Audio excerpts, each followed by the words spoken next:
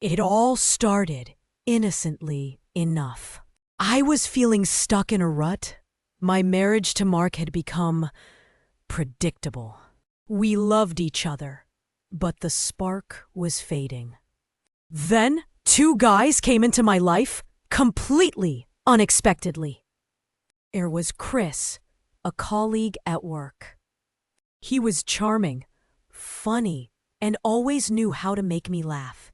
Then there was David, an old friend who reconnected with me on social media. He was thoughtful, intelligent, and seemed to understand me in a way Mark no longer did. At first, it was just friendly banter, innocent flirting. But as time went on, the lines started to blur. I found myself looking forward to their messages, their calls. I started dressing differently, putting more effort into my appearance. Mark noticed, of course. He asked if something was going on, but I brushed it off, telling him he was being paranoid. I knew what I was doing was wrong, but I couldn't help myself. The attention from Chris and David felt intoxicating. One night, after a particularly long day at work, Chris offered to buy me a drink. One drink turned into several, and before I knew it, we were kissing. I pulled away, guilt washing over me, but the temptation was too strong. Around the same time, David confessed his feelings for me. He told me he'd been in love with me for years, and that seeing me again had rekindled those feelings. I was torn. I cared deeply for both Chris and David, but I also loved Mark. I was trapped in a web of my own making.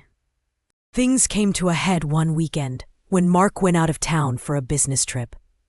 Chris and David both reached out, wanting to spend time with me. I knew I had to make a choice, but I couldn't. I ended up seeing both of them that weekend, leading to a confusing blur of stolen moments and whispered promises. When Mark came home, I could see the suspicion in his eyes. He knew something was up. I couldn't lie to him anymore. I broke down and told him everything. The look on his face was devastating. He was hurt, angry, and confused. He didn't understand how I could do this to him, to us.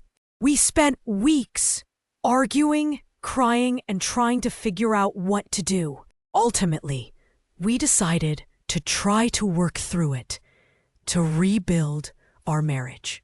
But the trust was broken, and things were never quite the same. The risk I took with Chris and David had unexpected consequences, consequences that continue to haunt me to this day.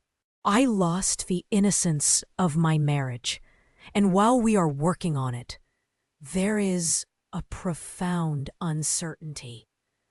But even after our discussions, we have not resolved a key question.